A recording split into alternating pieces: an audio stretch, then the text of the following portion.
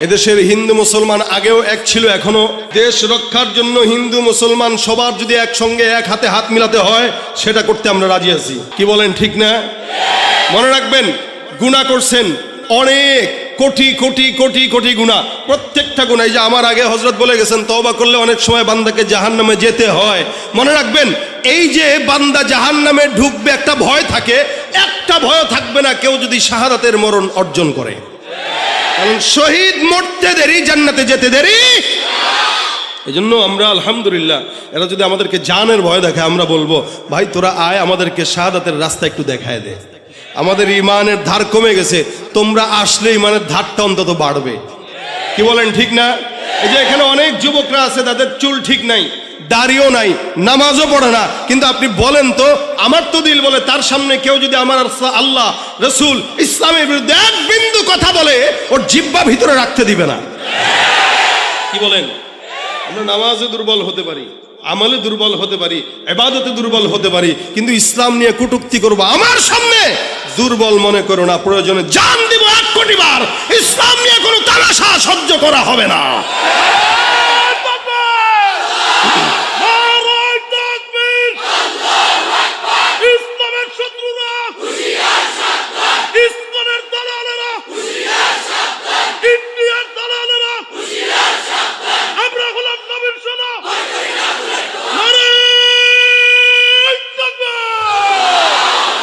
এটাই আমাদের পুঁজি। কি বলেন?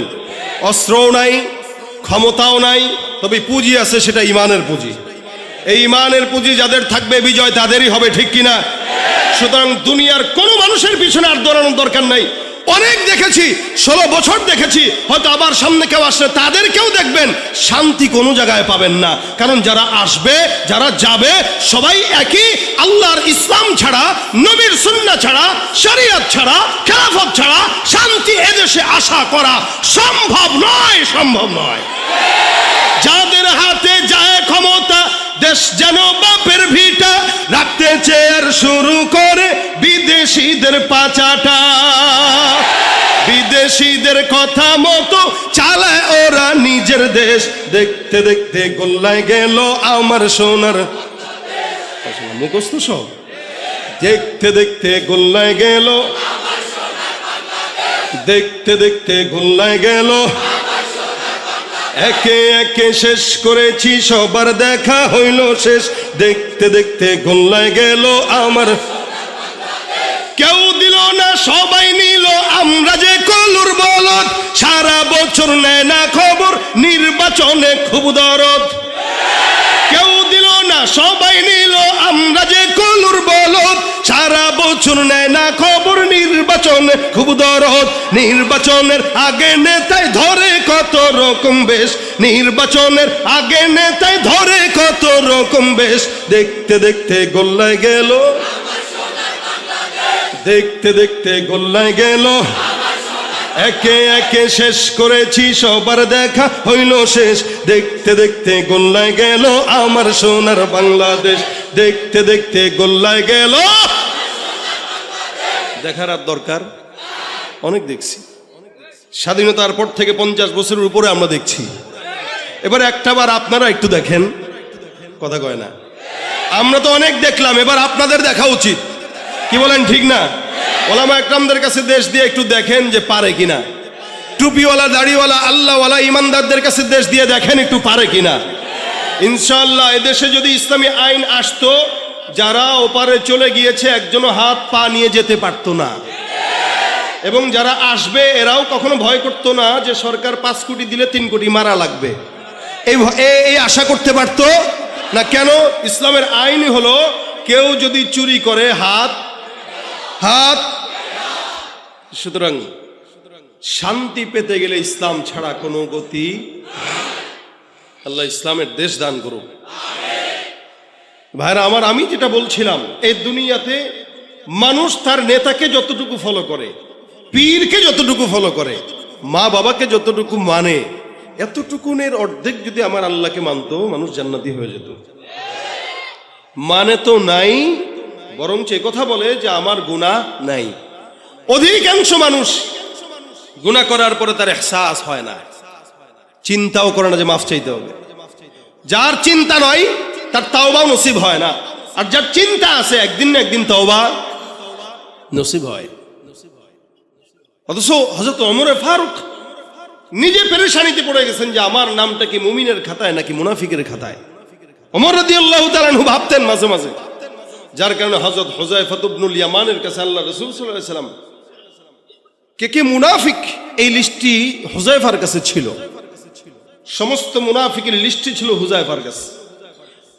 তো হযরত আমিরুল মুমিনিন একদিন হুযায়ফা ইবনুল ইয়ামানের কাছে জিজ্ঞাসা করলেন, এ হুযায়ফা, দেখো তো আমি ওমরের নামটাও তোমার লিস্টের খাতায় আছে কিনা, তোমার খাতায় যে লিস্টটি আছে এই জায়গায় আমি ওমরের নামটা আছে কিনা দেখো।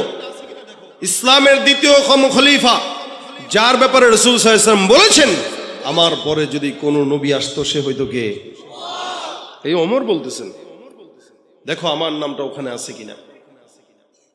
হুযায়ফা ডাক দিয়া বলেন, আমিরুল মুমিনিন আল্লাহ রাসূল সাল্লাল্লাহু আলাইহি ওয়াসাল্লামের তরফ থেকে নিষেধ, কার নাম কোন জায়গায় বলা যাবে না।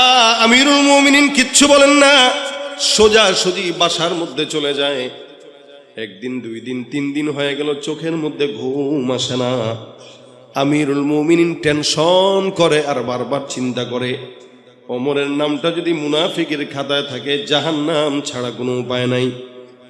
গভীর রাতের মধ্যে হযরত আমিরুল মুমিনিন হুযায়ফার বাসার দরজায় যায় ডাক দিয়া বলে, হুযায়ফা, আমি ওমর তোমার কাছে একটা প্রশ্নের জবাব জানার জন্য আসলাম, বলো দেখি প্রশ্নের জবাবটা আমার কাছে দিবা। আমিরুল মুমিনিনকে দেখে হুযায়ফা ডাক দিয়া বলেন, হ্যাঁ আমিরুল মুমিনিন, আপনার মতো একজন সাহাবী আমার দরজায় চলে আসলেন, দরকারও ছিল না, আপনি একবারের জন্য খবর যদি দিতেন আমি আপনার দরবারে চলে যেতাম, কিন্তু গভীর রাতে আসলেন, বলেন তো দেখি আপনার আমার কাছে কোন প্রশ্ন আছে, আমি আপনাকে জবাব দিব। আমিরুল মুমিনিন ডাক দিয়া বলে, হুযায়ফা বলো, আমি ওমর যদি জমিন থেকে বিদায় হই তুমি আমার লাশের জানাজার নামাজটা পড়বা কিনা।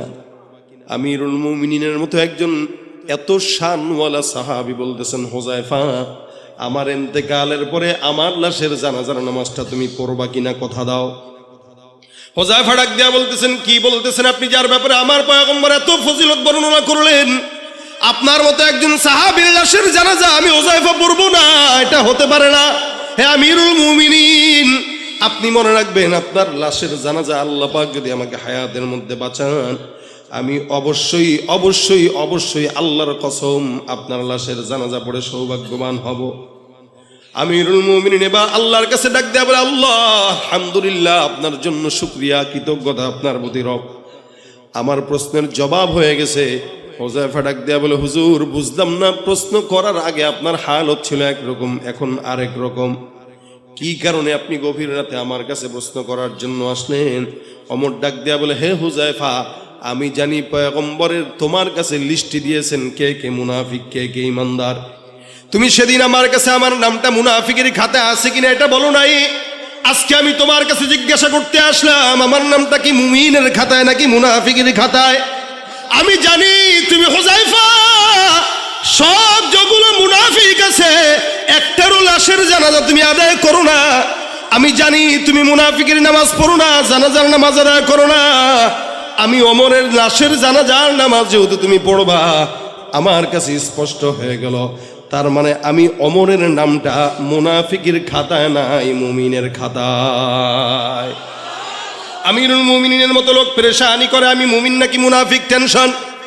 এ ভাইরা, আর আমরা বলি আমাদের গুনাহ নাই, হয়তো আল্লাহ পাক রব্বুল আলামিন নবীদেরকে মাসুম বানাইলেন, নবীরা নিষ্পাপ, সাহাবীরা নিষ্পাপ, নবীদেরকে আল্লাহ পাক রব্বুল আলামিন মাসুম বানাই দেন। সাহাবা আজমাইনদের যদিও কিছু ভুল হয়ে গেছে আল্লাহ ওগুলো মাফ করে দিয়েছেন, যার কারণে আমার আল্লাহ বলেন রাদিয়াল্লাহু আনহুম ওয়া রাদু আন, তারাও খুশি আমরাও খুশি।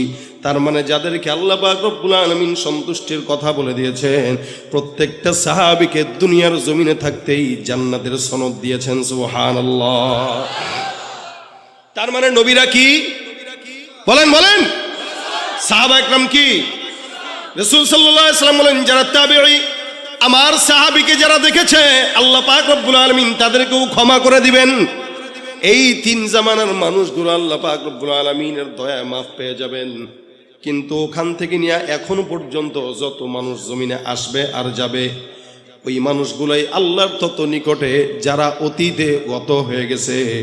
এই কারণে আমার আল্লাহ পাক ডাক দেয়া বলেন, ওয়াস-সাবিকুন আস-সাবিকুন উলাইকাল মুকাররাবুন ফি জান্নাতিন নাঈম সুল্লাতুম মিনাল আউয়ালিন ওয়া কালিলুম মিনাল আখিরিন।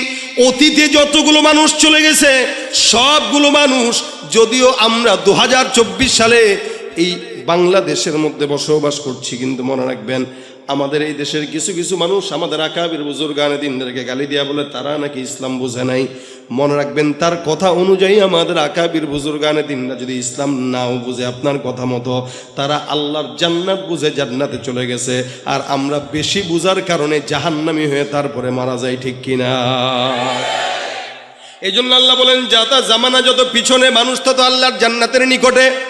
জামানা যত পিছনে, আজকে থেকে 100 বছর আগে যেই বান্দাটা জন্মগ্রহণ করলো, ওই বান্দাটা আমার থেকে 100 বছরে হলো রসুলের নিকটে, তার মানে জান্নাতের নিকটে। যেই ব্যক্তিটা আজ থেকে 500 বছর আগে জমিনে আসছে, ওই বান্দাটা আমার পয়গম্বরের 500 বছরের নিকটে, আমার থেকে 500 বছর আগায়া।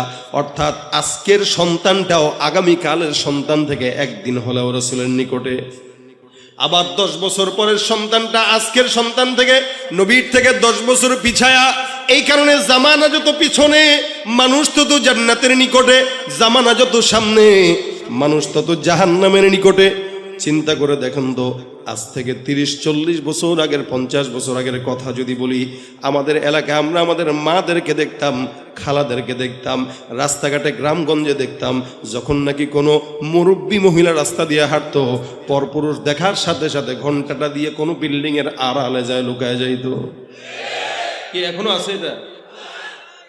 একদম নাই বললেই চলে। 2-1টা দেখা যায়, যারা করে ওরাও দেখবেন বয়স তার 80 অথবা 70। এক সময় দেখতাম যখন নাকি মানুষ আসতো সামনে, আমাদের মা বোনেরা গাছের আড়ালে লুকাইতো, মসজিদে লুকাইতো, পুকুর পাড়ে লুকাইতো, কোনোভাবে যেন কোনো পরপুরুষ না দেখে। এমনকি নিজের জামা পর্যন্ত উঠানের মধ্যে নাড়তে দিত না, যাতে কোনো পরপুরুষ আমাদেরকে না দেখে। হে মুসলমান নবীর উম্মত, আজকেল থেকে 10 বছর, 20 বছর, 30 বছর আগে আমার দেশে এমন পর্দা ছিল, কিন্তু বর্তমান জামানায় নারীদেরকে আপনারা যদি দেখেন, রাস্তাঘাটে নারীরা হাঁটে, পরপুরুষ দেখলে ওড়না ঢালবে তো দূরের কথা, বুকে যেটা থাকে সেটাও একবার সরায়া দেখায়া দেয়।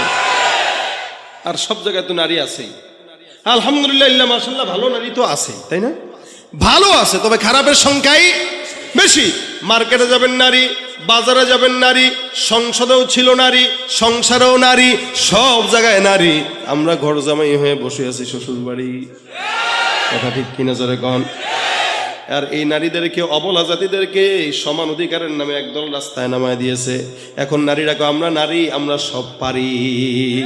প্লেনও চালায়, অটোও চালায়, হুন্ডাও চালায়। এক সময় দেখতাম পুরুষরা হুন্ডা চালাইতো, নারীরা পিছনে বসা থাকতো। এখন নারীরা চালায়, পিছনে পুরুষ বসা থাকে। কথা ঠিক কিনা? এখন আর পুরুষরা বিয়ে করে না, পুরুষরা বিয়ে বসে, নারীরা বিয়ে করে। কি ঠিক নেই? হুজুর, আমি আমার জামাইরে তালাক দিছি, তালাক হয় নাই, বুঝছেন? আরে ভাই, আপনারা শুনছেন এই সমস্ত ফতোয়া ইফতা বিভাগগুলোতে আসে, নারী স্বামীরা তালাক দেয়, তার মানে নারী স্বামীরে বিয়ে করছে।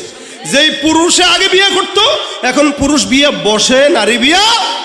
নারী স্বাধীনতার নামে এলো কলঙ্কের জোয়ার, নারী স্বাধীনতার নামে এলো কলঙ্কের জোয়ার, একি নারীর অধিকার কখন জানি শেষ হবে এই অশ্লীলতা। ওয়ার্ড কমিশনার থেকে ইউনিয়ন পরিষদে, ক্রমান্বয়ে দেখো রে ভাই একেবারে সংসদে, নারী থাকবে সুখের ঘরে, এত কষ্টের কি দরকার, একি নারীর অধিকার কখন জানি শেষ হবে এই অশ্লীলতার। ঠিক না? স্বাধীনতা আসলে ইসলাম নারীদেরকে সমান দিছে না বেশি দিছে? কি বলেন? বেশি দিছে না? এখন স্বাধীনতা চায় কারা, এটা বুঝতে হবে। শিয়াল দেখবেন একটু চায় মুরগি একটু স্বাধীনভাবে ঘুরুক, বুঝেন নাই না? কথা বুঝেন না আপনারা? শিয়াল কি চায়? মুরগি স্বাধীনভাবে করুক।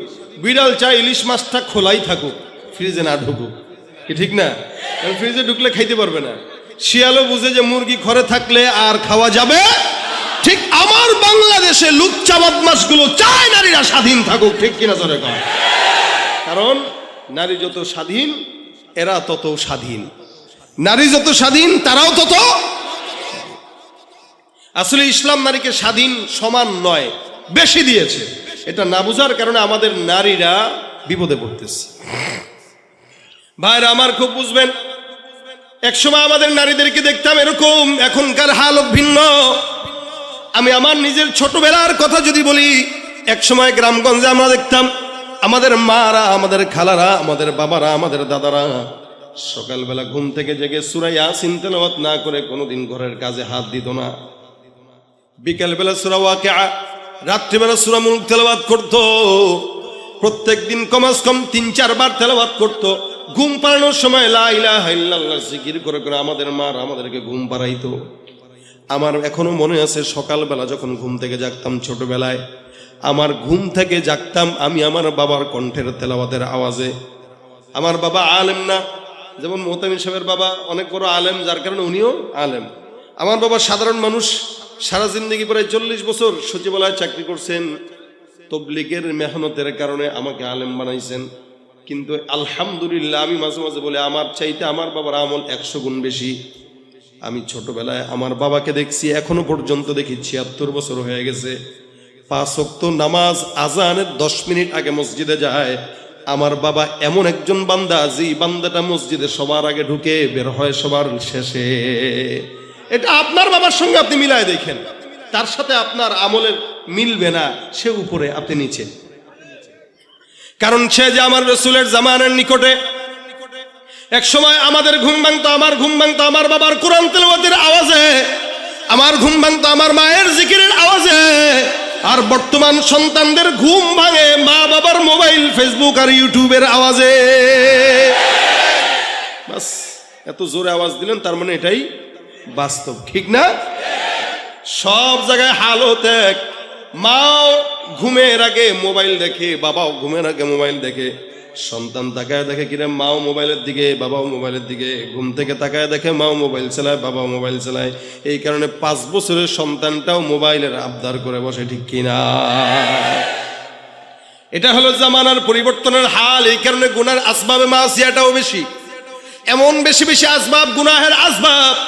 আল্লাহ পাক রব্বুল আলামিন বলে, এই জামানার মধ্যে এত গুনাহ যখন হয়ে যাবে, তখন বান্দাদেরকে আমি আল্লাহ পাক রব্বুল আলামিন একদম নিরাশ না করে বান্দাকে আমি আল্লাহ বললাম, এ বান্দা, ফাকুল তুস্তাগফিরু রাব্বাকুম ইন্নাহু কানা গফফারা। বান্দা ইস্তেগফার করো, নিশ্চয়ই আল্লাহ তিনি ক্ষমাশীল।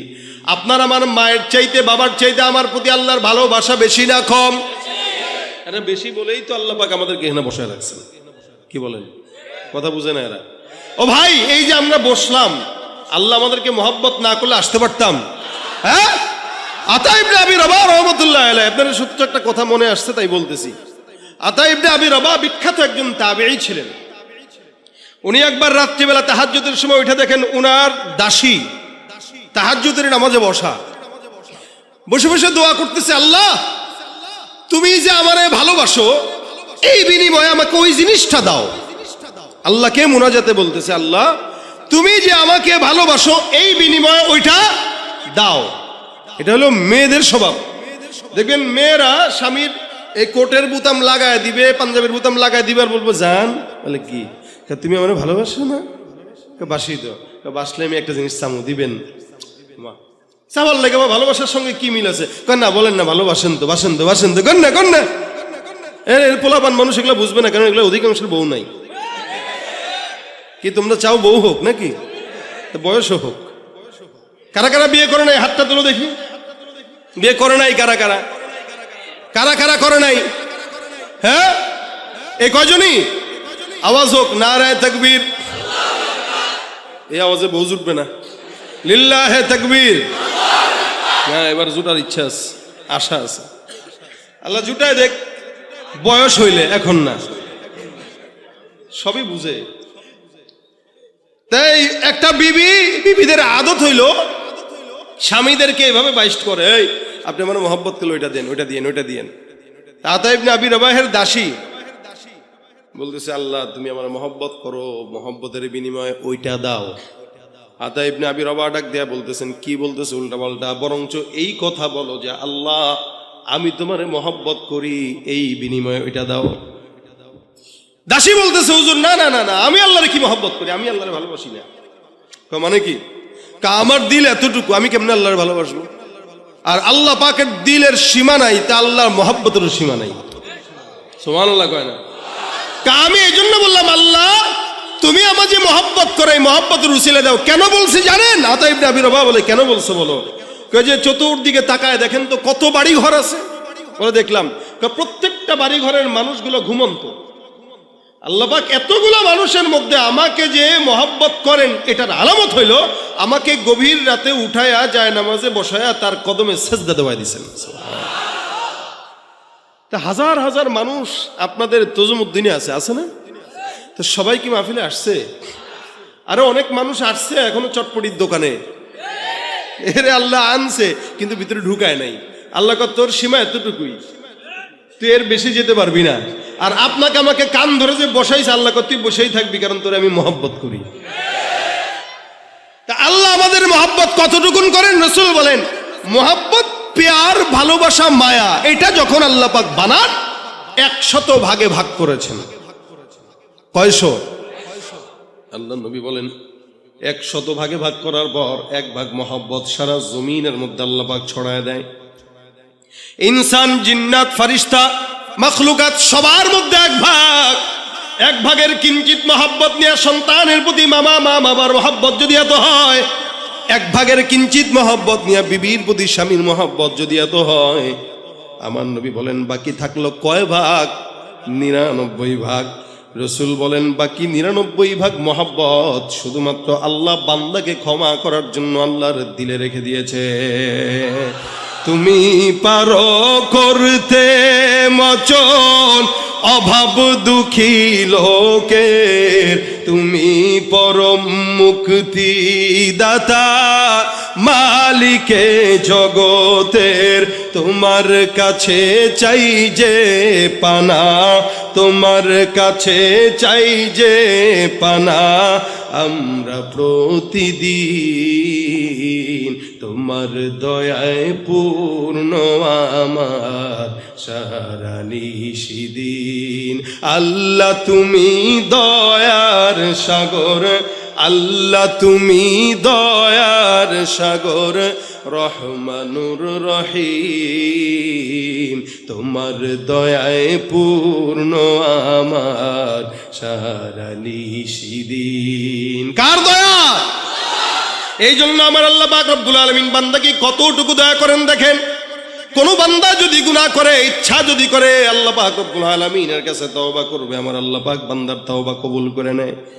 নবী করিম সাল্লাল্লাহু আলাইহি সাল্লাম বলেন, মান হাম্মা বিহাসানাতিন, কেউ যদি একটা নেকের কাজের নিয়ত করে, আমার আল্লাহ পাক রব্বুল আলামিন নেক কাজের নিয়ত করার পরে নেক কাজটা যদি নাও করে, আল্লাহ পাক ওই বান্দার আমলনামায় পরিপূর্ণ নেকের সওয়াব দান করে দেন। আল্লাহর দয়া বেশি না কম? বলেন বেশি না কম? হাদিসে চমৎকার একটা ঘটনা আছে। রাসূল করিম সাল্লাল্লাহু আলাইহি সাল্লাম বলেন, একজন বনি ইসরাইলের লোক, বনি ইসরাইলের জামানার একজন বান্দা একটা নয়, দুইটা নয়, তিনটা নয়, 99টা খুন করছে। কয়টা? 99টা খুন করার পর এই বান্দার দিলের মধ্যে আসলো, আল্লাহ যদি আমাকে মাফ করে তওবা করব। খুঁজতে খুঁজতে একজন লোকের কাছে যায়, ডাক দেয়া বলে, ভাই 99টা খুন করলাম, আল্লাহ পাক রব্বুল আলামিন আমাকে মাফ করবে কিনা? যেই বান্দার কাছে গেছে ওই বান্দাটা হলো আবেদ। ভাই আবেদ আর আলেম বুঝেন আপনারা? আবেদ মানে যে ইবাদতকারী, আলেম মানে যে জ্ঞানী। ইবাদতকারী একজন বান্দা আলেমের চেয়ে দামি না কম দামি? আবেদ আবেদের দাম বেশি না আলেমের দাম বেশি? বলেন বলেন। আলেমের দাম বেশি। 1000 আবেদ একজন আলেম সমান, কারণ আবেদে ইবাদত করে না বুঝা, আর আলেমে যতটুকু করে ততটুকু বুঝে করে। এক ফিকাল আমলুল কলিল, অল্প আমল নাজাতের জন্য যথেষ্ট হয়। সুবহানাল্লাহ কয় না এরা? এই যে যারা বুঝছেন এরা কইছেন, যারা বুঝেন নাই তারা বলেন নাই কেন? বলে যে বুঝছে সে কইছে। সে বুঝছে কিভাবে? একবার সুবহানাল্লাহ বললে জান্নাতে একটা গাছ লেগে যায়। এখন যারা বলছেন একটা লেগে গেছে, এখন যারা বলছেন আরেকটা লেগে গেছে, আবার লেগে গেছে, আবার লেগে গেছে। যত বলবেন ততই। রাসূল বলেন কত বড় গাছ, একটা দ্রুতগামী ঘোড়া যদি 100 বছর দৌড়ায় এই গাছের গোড়াটাও শেষ করতে পারে না। বুঝলে ঠিকই গলা ছাড়েন, না বুঝলে ছাড়েন না, এলো বিষয়। এ আবেদের কাছে গেছে, আবেদ যে বুঝে ইবাদত করে না, না বুঝে কি করে? ইবাদত করে। আমি জুমার নামাজ পড়াইতেছি এক মসজিদে, তো বয়ান যখন করতেছি হুট করে একজন লোক ঢুকছে ভিতরে, মানে পিছন থেকে মানুষের গা টপকায় টপকায় সামনের কাতারে আসছে। বুঝেন কথা? এবার হাতে তার একটা তসবিহ, কি তসবিহ। আমি করতেছি জুমার বয়ান, ওই লোকে করতেছে জিকির, সুবহানাল্লাহ সুবহানাল্লাহ সুবহানাল্লাহ সুবহানাল্লাহ সুবহানাল্লাহ। আমি বললাম যাক মাশাআল্লাহ, অনেক বড় জাকিরিন। উঠতে বসতে কলম নড়ে, এই কারণে এনে বয়ান শুনতে বসেও কি করতেছে? জিকির করতেছে। ভালো, আচ্ছা মাশাআল্লাহ। বয়ানের হালতে সে জিকির করছে, এটা মানা যায়। আমি যখন খুতবা দিতে দাঁড়াইলাম আল্লাহর বান্দায়, তখনও তাসবিহ নিয়ে জিকির করতেছে। আচ্ছা বলেন আপনারা, খুতবা শোনা সুন্নত না নফল না ওয়াজিব? জুমার খুতবা চলাকালীন সময় আল্লাহর ফেরেশতারাও আমলের খাতা বন্ধ করে খুতবা শুনতে বসে যায়, আর ওই বান্দা তখনও কি করে? জিকির করে। আমি চিন্তা করলাম কিরে, এ তো মুশকিল। আমি খুতবার মাঝখানে তার দিকে 2 বার তাকাইলাম, যে মনে করলাম সে হয়তো বুঝা তসবিটা রেখে দিবে। ওরে সুবহানাল্লাহ, আমি তাকাই তার তসবিহ পড়া আরো বাড়ে। ফাদলুল আলিমি আলাল আবিদি কাফাদলি আলা আদনাকুম। এটা হলো আবেদ। আবেদের কাছে গেছে, কয় হুজুর 99টা খুন করছি, আল্লাহ কি ক্ষমা করবে? কয়টা? 99টা। বাপরে বাপ, আপনার তো সাহস কম না। আপনি মনে করছেন আল্লাহ এত সস্তা? 99টা খুন করলেন, আল্লাহ আপনারা মাফ করবে? ভাগেন না এখান থেকে, যান। ধমক টমক দিয়ে পাঠাই দিতেছে। এবারে তো এমনি সন্ত্রাসী। কি বলেন? 99টা খুন যে করছে ছোট সন্ত্রাসী? হ্যাঁ, কত বড় সন্ত্রাসী। পকেটে ছুরি ছিল, এ কয় আরে মোল্লা, যদি খুনের ক্ষমা নাই পাই তা তোরে রাখবো কেন, তুইও মর। চাকু নিয়ে ঢিকায় দিছে বেটার পেটে, যা। সেঞ্চুরি ছিল, এখন সেঞ্চুরি হয়ে গেছে। এবার গেছে একজন আলেমের কাছে, যে ডাক দিয়া বলে হুজুর 99টা খুন করছিলাম, একজনের কাছে গেছিলাম, সে বলে আল্লাহ নাকি ক্ষমা করবে না। মেজাজ গরম হয়ে গেছে, ওইটারও সেরে দিচ্ছি, ওইটাও শেষ, একদম 100টা পূর্ণ করে আপনার কাছে আসছি। এখন আপনি একটু বলেন আল্লাহ পাক রব্বুল আলামিন আমাকে ক্ষমা করবে কিনা? আলেম ডাক দিয়া বলে কয়টা করছেন? বলে 100টা। আলেম বলেন 100টা কেন, 1 কোটিটাও যদি করেন আপনার গুনাহ যেখানে শেষ, আমার মাওলার দয়া সেখানে শুরু। যান অমুক এলাকায় একজন আলেম আছে, কয়েকটা আলেম আছে, ওই আলেমদের কাছে যান, ওদের দরবারে যায় তাদের সঙ্গে থাকেন, তাদের কাছে আমল আখলাক করেন, আল্লাহর কাছে তওবা করেন, ইনশাআল্লাহ আমার আল্লাহ পাক আপনাকে ক্ষমা করে দিবেন। সুবহানাল্লাহ। খুন কয়টা? আপনারা করছেন কয়টা? একটাও না। অনেকে আছে করছে, হয়তো একটারে করছে আর কি, রাজনৈতিক নেতার কথা শুনতে যায় দিছে আর কি। হুজুর এটা কইলেও কি করলেও কি বলা যায়? কি বলেন? অন্যায় করলে বলা যায়? আমি যদি কই নামাজ পড়ছেন কে, হাতের লগে পাও তুলবে। আর যদি কই ভাই আজকে ঘুষ খাইছেন কে, না না এটা কোয়া যায় না, এটা তো গোপন জিনিস, গোপনে ইবাদত, এটা গোপনে খাওয়া লাগে। গুনাহের কথা কেউ স্বীকার করে না, বাকি নেক কাজ 1 টাকা দিল, ওই আমার নামটা কইলো না। সেদিন এক মাহফিলে গেছি, এক মসজিদে দান করছে 400 জন মানুষ, লিস্টিতে লেখা।